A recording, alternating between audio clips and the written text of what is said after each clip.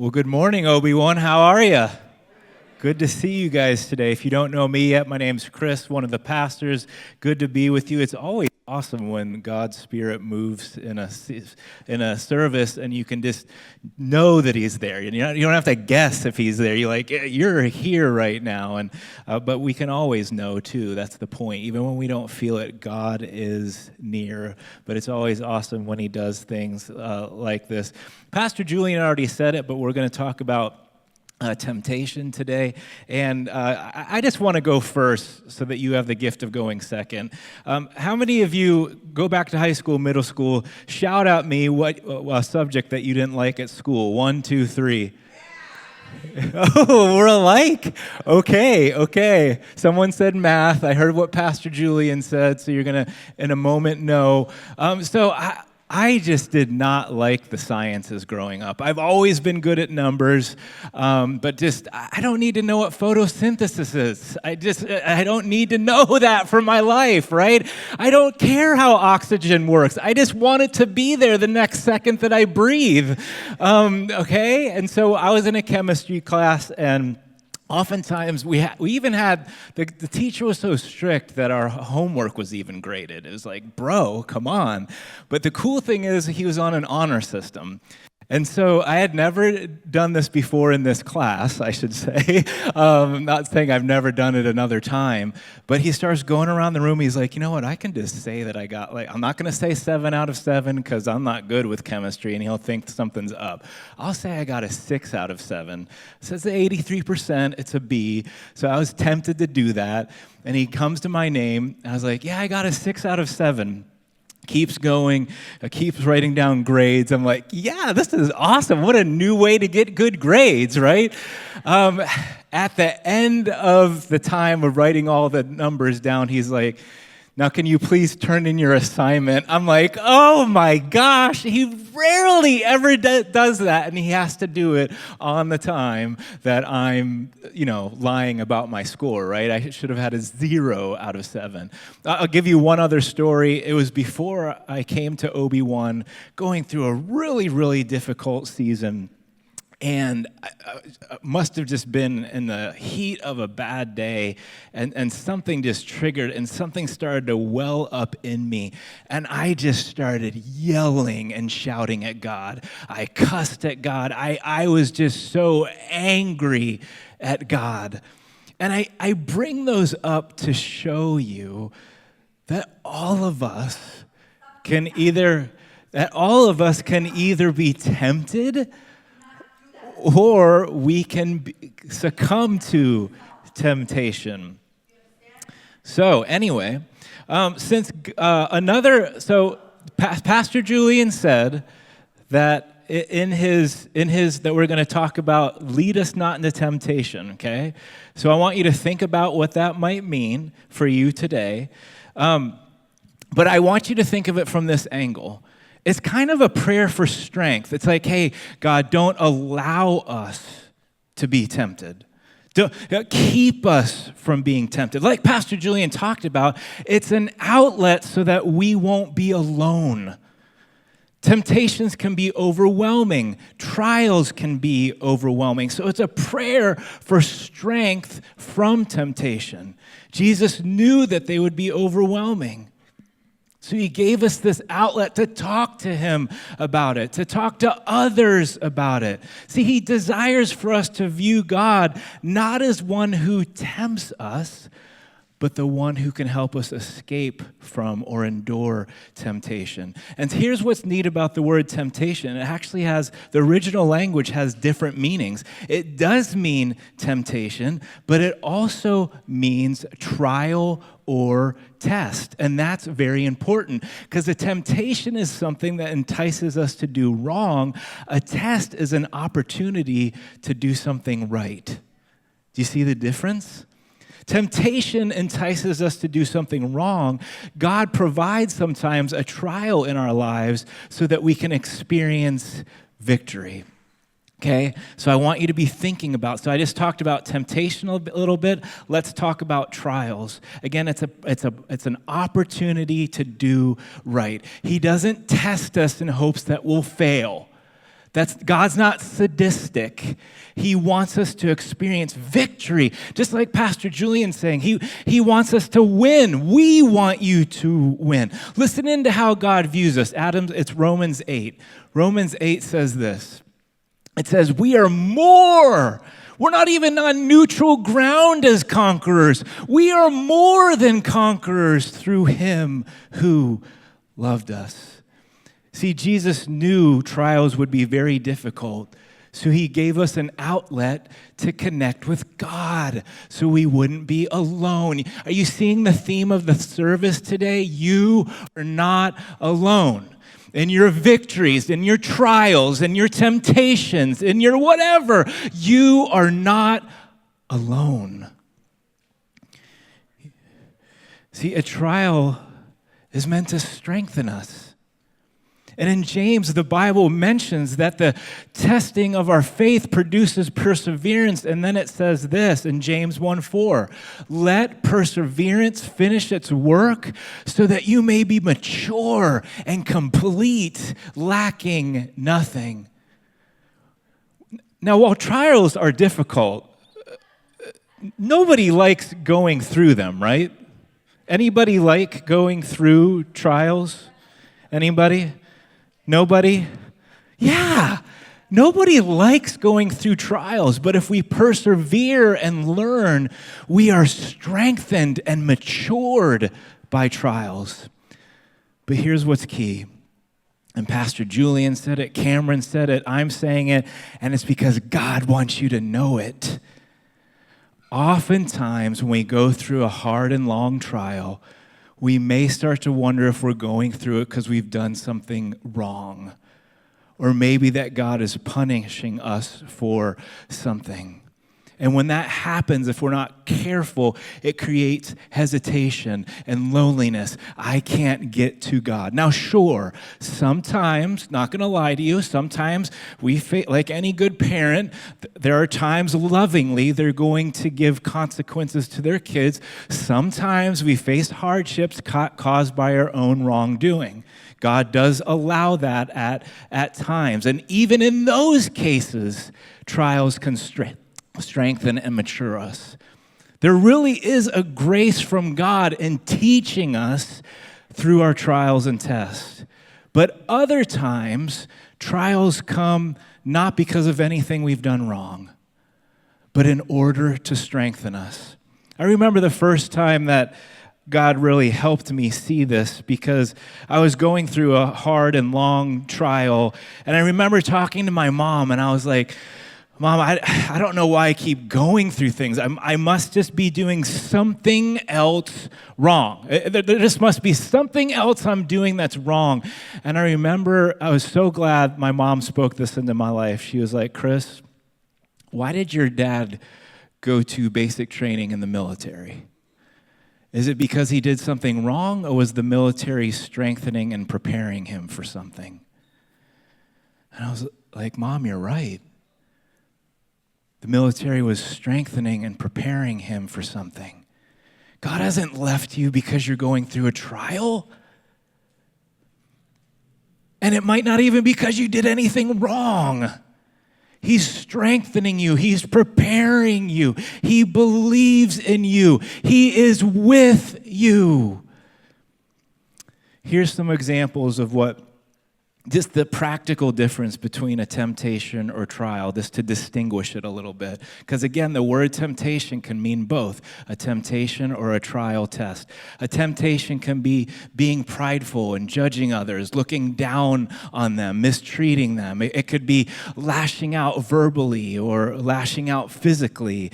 It could be misusing a substance to numb the pain. It could be tempted in some sexual temptation. It can be to doubt God.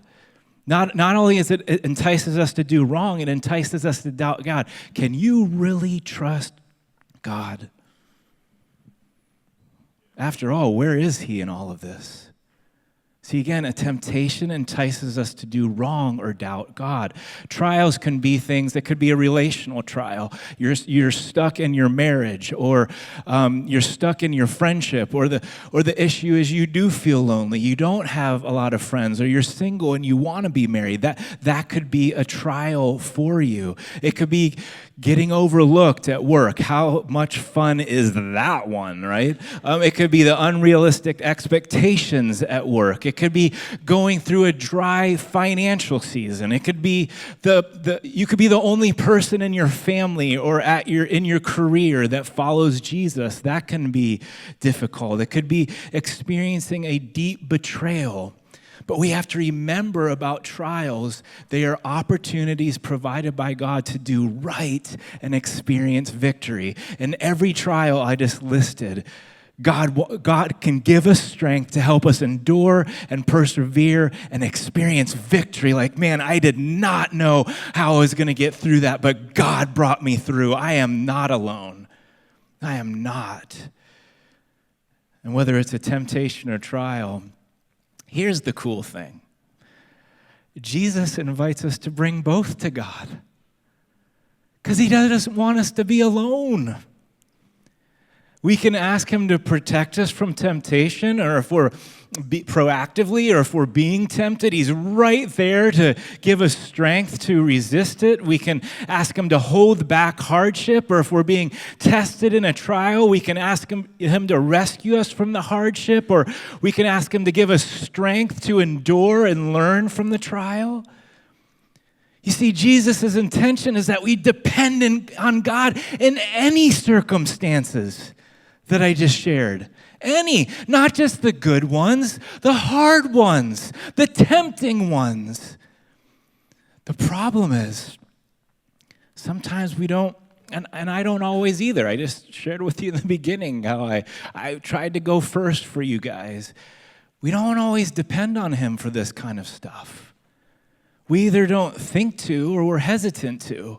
Like when it comes to trials, maybe you were taught you can't rely upon anyone, or relying on people's weak, and you just don't think to.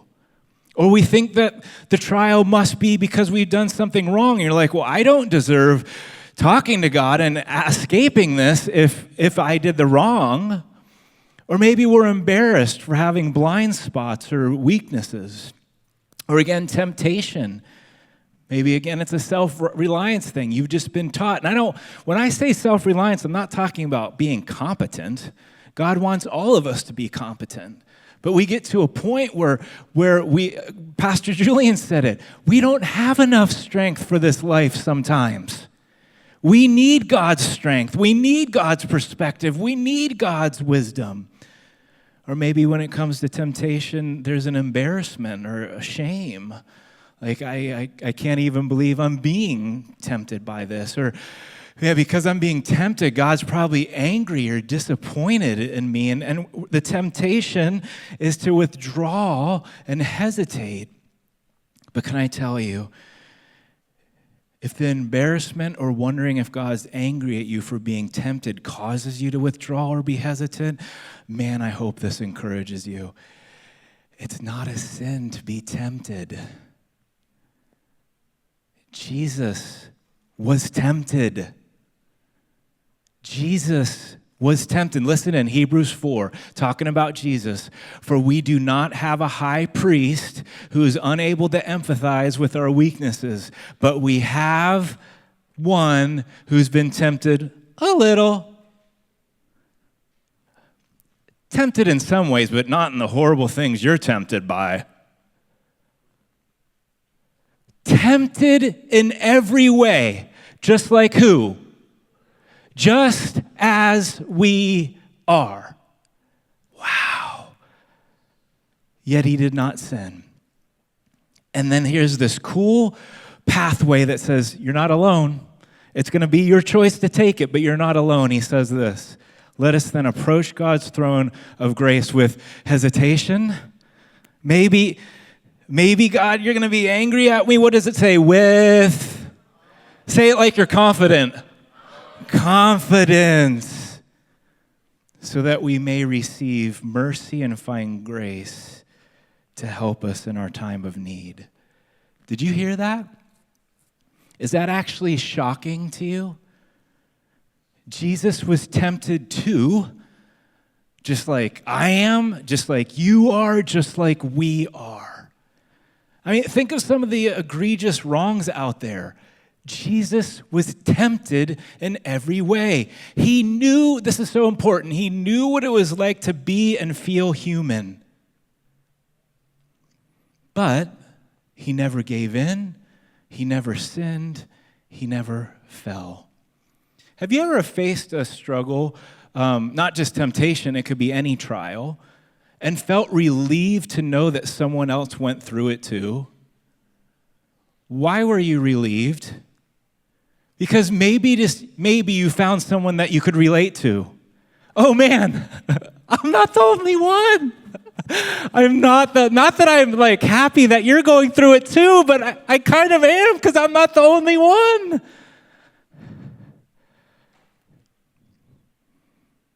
You're relieved because you're like, they're going to understand. I'm going to be understood. Listen. You know why you're not alone? Jesus understands.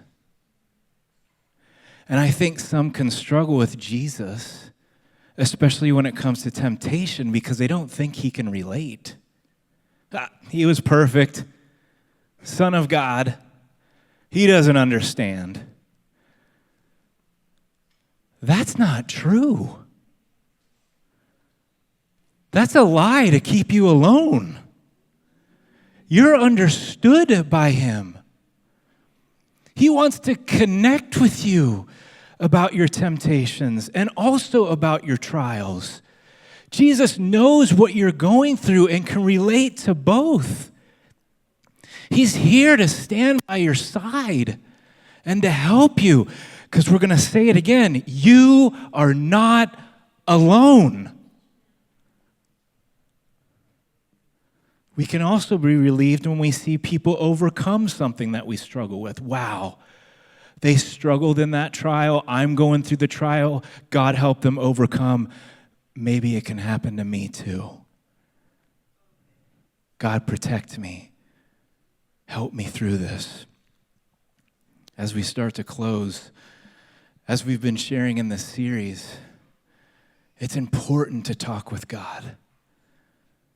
And trials and temptations are another reason it's important to connect with him, because I think in our trials and temptations, it's the time where we're probably most tempted to feel alone. And Jesus is like, you're not. And I can relate. You don't have to be embarrassed. You can walk in confidently, knowing that my mercy and grace is here to help you when you need it. I don't care what the temptation is. I don't care what the trial is. I'm here for you, and I will help you. We can be proactive and ask him to keep us from temptation and trials. And guys, he often does. When we face others, either of them, we can ask him to remove them or to give us strength to endure them. He can relate to us. He can be trusted to provide the strength and wisdom we need to be overcome and be victorious. And just like Hebrews says, we can confidently, say it again, confidently. Thank you. We can confidently talk with God.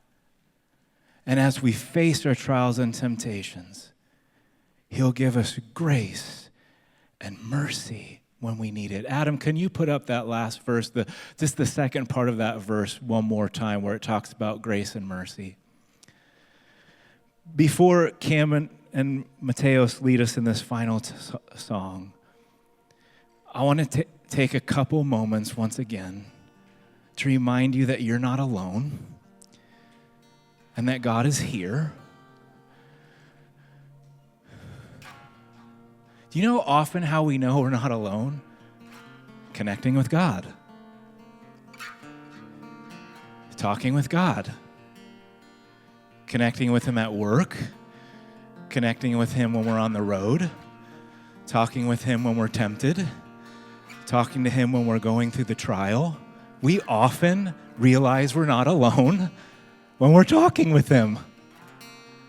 That's why Jesus gave us this prayer. Connect with God. Talk with God, even about this.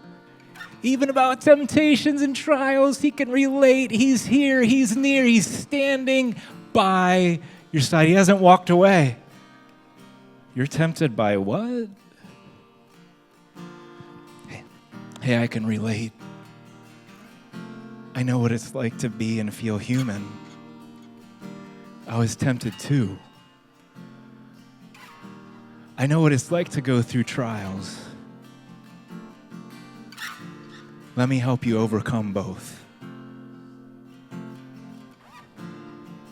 So before Cameron leads us in this song, can you take like 2 minutes, connect with God, that verse, find grace and mercy,